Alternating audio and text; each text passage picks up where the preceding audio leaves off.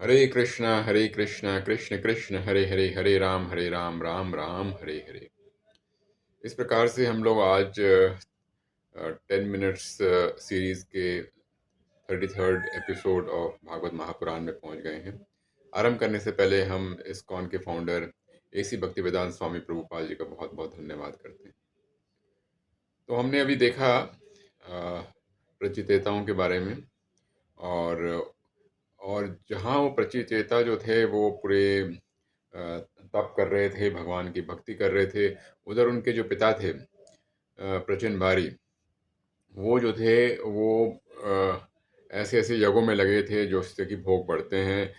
तो नारद मुनि उनके पास जाते हैं और उनको कहते हैं कि भी आप जो इस प्रकार से जानवरों का आप जो कर रहे हैं, सेक्रीफाइस कर रहे हैं, वो उससे आपको कोई लाभ नहीं मिलने वाला है, और इसको करके आपको हानि ही होगी। और ये जो जानवर हैं वो आपका इंतजार कर रहे हैं कि कब वो आपकी मृत्यु का कारण बने। तो इस प्रकार से नारद मुनि उनको समझाने की कोशिश करते हैं।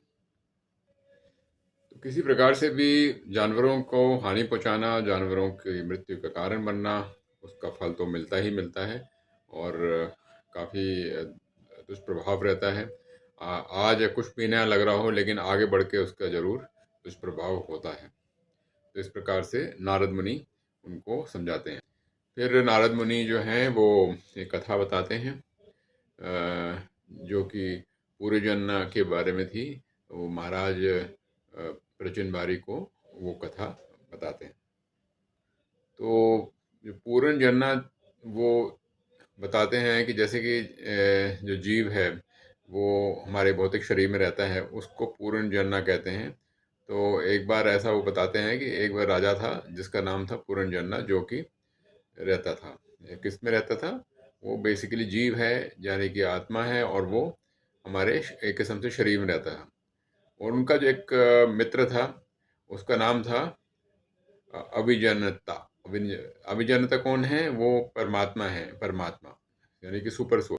तो पूर्व जन्ना जो है, जो कि जीव है, वो अलग अलग जगहों पे जाता रहता है ताकि उसकी जो इच्छाएं हैं, भौतिक इच्छाएं हैं, उसको वो पूरा कर सके।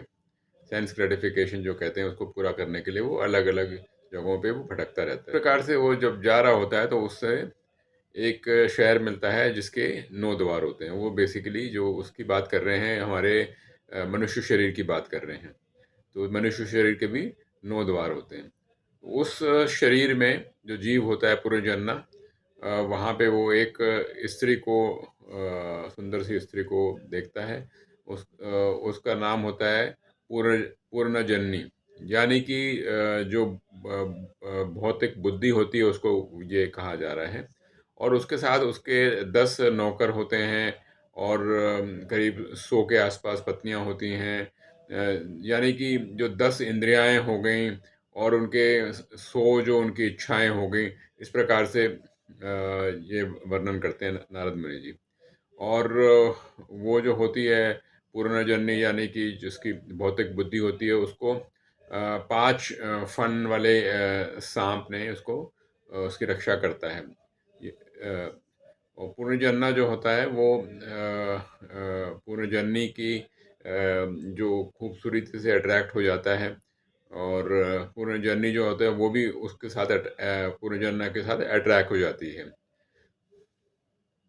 तो वो जीव जो होता है वो मनुष्य शरीर में आता है, और उसको 100 साल की उम्र मिलती है ताकि वो अपनी जो भौतिक इच्छाएं हैं पूरी कर सके।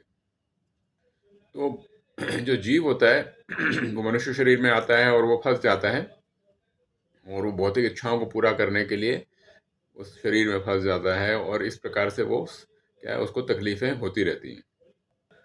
तो जो पूर्वजन्म होता है वो जीव होता है, और पूर्वजन्मी जो होता है वो भौतिक बुद्धि होती है। तो इन दोनों की शादी हो जाती है, और वो पूर्वजन्मा जो है वो पूर्वजन्नी यानी कि भौतिक बुद्धि के कंट्रोल में रहता है। इस तरीके से कंट्रोल में रहता है जिस तरीके से कि कोई पालतू जानवर अपने मालिक के कंट्रोल में रहता है। और इस प्रकार से उनके काफ़ी सारी संतान होती हैं, ग्रैंड चिल्ड्रन होते हैं। और वो क्या करते हैं, वो उनके जितने पूर्वजन्म की संपत्ति होती है उसको एक किस्म से वो लूटते हैं। तो पूर्व जन्ना की जो भौतिक इच्छाएं होती हैं वो कभी ख़त्म नहीं होती हैं, और वो काफ़ी सारे यज्ञ करता है, जिससे कि काफ़ी सारे जानवरों की जानें जाती हैं यज्ञ में। इस प्रकार से उसकी इच्छाएं जो होती हैं कभी पूर्ण नहीं होती हैं, कभी ख़त्म नहीं होती हैं। तो नारद मुनि बताते हैं कि इस प्रकार से जो पूर्व जन्ना की जो होती है उम्र धीरे धीरे कम होने लगती है, और जो गंधर्व राजा होता है चंदवेगा, जो कि चंदवेगा का मतलब हुआ कि वो जो साल में जितने दिन होते हैं उसको वो बताते हैं, और उसके 360 सैनिक होते हैं जो कि वो आक्रमण करते हैं, और उन 360 सैनिक के स्त्री सैनिक भी होते हैं, यानी कि वो 360 रात होती हैं। इस प्रकार से वो पूर्वजन्मा को आक्रमण करता है, और यानी कि उसके जीव के शरीर को आक्रमण करते हैं, यानी कि इस बीमारियों से और बाकी चीज़ों से। और जो जो 5 स्तन वाला सांप होता है वो उसको बचाने की कोशिश करता है, उसके 720 सैनिक होते हैं, पर वो धीरे धीरे करके पूर्ण जनना जो होता है वो कमज़ोर पड़ते जाता है। तो ये बेसिकली जो है नारद मुनि ये सारी हमारी कहानी ही बताते हैं, ताकि उन्हें ये जो है प्रतिभारी को इस बात के बारे में समझ में आए। इसका अर्थ ये होता है कि चाहे हम कितने भी शक्तिशाली हों, कितने भी समृद्धि हो हमारे में, लेकिन जो समय है वो किसी को भी नहीं छोड़ता, उस समय हरेक को ही नष्ट कर देता है। तो आगे कथा में नारद मुनि बताते हैं कि इस समय जो है जो चंदवेगा होती है, जो उसकी जो पुत्री होती है, इसका नाम जरा होता है, काला कन्या, जो कि काले कन्या यानी कि वृद्ध अवस्था, वो एक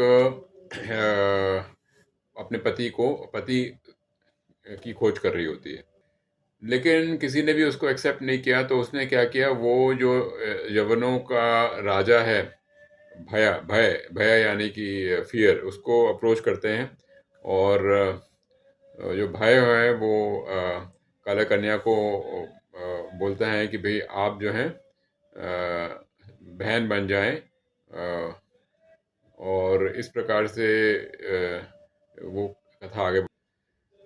तो वो कहते हैं कि आप बहन बन जाएं, और जो प्रज्यवरा होता है उनका वो भाई बन जाए। प्रज्यवरा क्या होती है, जो कि मृत्यु के समय जो बुखार होता है वो होते हैं। तो इस प्रकार से प्रज्यवरा और काले कन्या जो हैं, और जो उनके जो सैनिक होते हैं, जो भय होते हैं, और जो यवन होते हैं, वो पूरे सृष्टि में वो शेयर करते हैं। तो कहने का मतलब ये है कि जो जो भौतिक जग है उसमें जो हमारे को कष्ट होता है, जब हम वृद्धावस्था में जाते हैं, मृत्यु होती है, ये जो चीज़ें होती हैं जब लोग स्वस्थ होते हैं और युवा होते हैं, तो इसको वो समझते नहीं हैं, बाद में जाके काफ़ी देर हो जाती है। तो ये कथा जो है इस प्रकार से नारद मुनि उन्हें समझाते हैं, ताकि वो समझ सकें और उनको भक्ति की तरफ वो अग्रसर हो सकें।